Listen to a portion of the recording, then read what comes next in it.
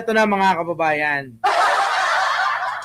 Ayon sa ating OFW patroller, mga kababayan ko, ang grupo ni Sara Duterte na mukhang boksingerong bakla ay dumako sa isang bansa diyan po sa Middle East.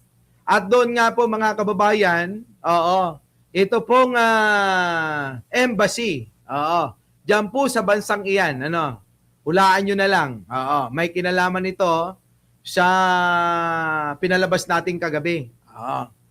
Mga kababayan ko, abay nagpatawag ng semi-mini rally. Semi-mini pa, no? Mini talaga, mga kababayan, maliit na pagtitipon. Dahil nga mo po, mga kababayan, ay etong grupo ni Sara Duterte ay nangako ng bayad, nanunuhol daw po si Sara Duterte na ang mga dadalo ng mga OFW, kahit pa ikaw ay loyalista, sumusuporta kay Pangulong Bongbong, ay kailangan mong dumalo. At ginawa daw po na mandatory. Ewan ko kung sino etong hindi masabi-sabi na ang mismong embassy ng bansang yan ang siyang naglakad ng mga permits at nag-assemble ng mga OFW nating mga kababayan. At marami nga ho, mga kababayan, kahit na alukin ng pera at pagkain, libreng pagkain at may pera pa, mga kababayan ko, kokonti pa rin yung mga nagpunta. Sabi ng ating bubwit, meron pa nga raw siyang napansin na eto daw pong grupo ni Sara Duterte, kasama na si Sara, abay mga nakasuot daw ng mga naglalakihang mga alahas na gold. Siguro binili ron. Di ba? Siguro nag-shopping si Sara doon sa bansang yon, kaya puro malalaking gold yung suot niya. So ngayon, kokonti lang daw ho yung mga dumalo. Ayaw daw talaga. Pinipilit pala ng embassy na sila ay dumalo. Pero matitigas yung mga kababayan natin. Ayaw talaga. Hanggang sa iilan na nga lang yung mga natira, mas marami pa raw yung pong mga bodyguard niya. Piling na piling daw si Sara. At eto na nga mga kababayan, nagpakitang kaplastikan daw si Sara at tumungo sa isang Pilipino karinderya.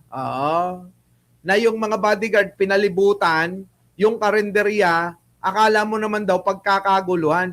Mga kababayan, wala daw pumapansing sa kanya. Walang pumapansing kay Sara Duterte sa pagpunta niya doon sa bansang yan. At aking ire-report nga yan kung sino man yaang ambassador ng Pilipinas diyan sa bansang yan ay makakarating yan sa kinauukulan. Bakit nyo kinukonsinti? Bakit ninyo kayo mismo ang nangunguna para mag-organisa ng ganyang pagtitipon na pinangungunahan ni Sara? Tapos, anong ginagawa? Pinapahiya niya, sinisiraan niya ang Pilipinas, sinisira niya si Pangulo, ganyan. So ngayon, habang nasa loob daw ng karinderya, mga kababayan, sabi nung may-ari, kulang na lang daw talaga paalisin niya, ipagtabuyan niya. Dahil sa dami daw ho ng mga bodyguard na piling daw sikat, na wala naman pumapansin sa kanya, na mga Pilipino. Wala daw ho. Hindi daw ho siya pinansin. Nagmukha nga daw ho siyang yung bang piling sikat pero walang pumapansin, ganon. So, ang nangyari mga kababayan ko, yun daw pong mga kumukurdon na mga bodyguard, mas marami pa ho yun kaysa sa dumalo. Ngayon, mga kababayan ko, nakita nyo naman maraming ganun, yung habang papasok si Sara, kinukurdonan siya. Abay mga kababayan mabibilang lang daw sa daliri yung pong mga dumalo na OFW. Eto ngayon na matindi. Eto ngayon. Alam nyo kung ano? Hindi daw binigay. Naku, kakain na daw, sabi ni Lord Troy. Hindi daw binigay. Oy, pakiinit yung laing na bigay ni Suset Tabor, Troy.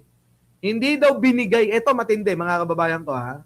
Hindi daw binigay ang pinangako na bayad sa mga dumalo sa rally diyan sa bansang yan sa Middle East. Nako, patay. Kaya ngayon, galit na galit yung mga OFW na binudol ni Sara Duterte na mukhang boksingerong bakla. Di ba? Galit na galit, mga kababayan, yung mga OFW. Ay! Nagmumura daw mga kababayan ko na sinasabi na pinaasa kami. Pati nga pagkain, kanya-kanya kami. Tapos yung pera na pinangako para daw sa aming pag-i-stay, hindi rin binigay. Tapos nagpakain sa karinderya. Yung mga Pilipino nga daw, hindi nga siya pinapansin sa loob. Marami daw Pilipino kumakain sa loob, pero deadma. Diba? Yun mga kababayan. So sa makatuwid, nambudol na naman si Sara Duterte na mukhang boksingerong bakla sa Middle East.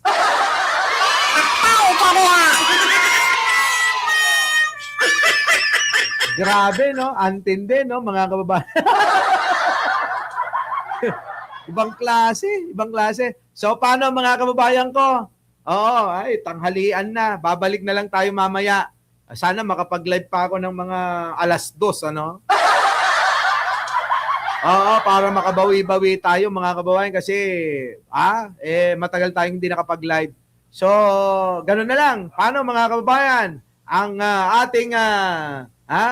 ating mahiwagang mensahe ngayon ay si Sara ay mukhang baklang boksingero.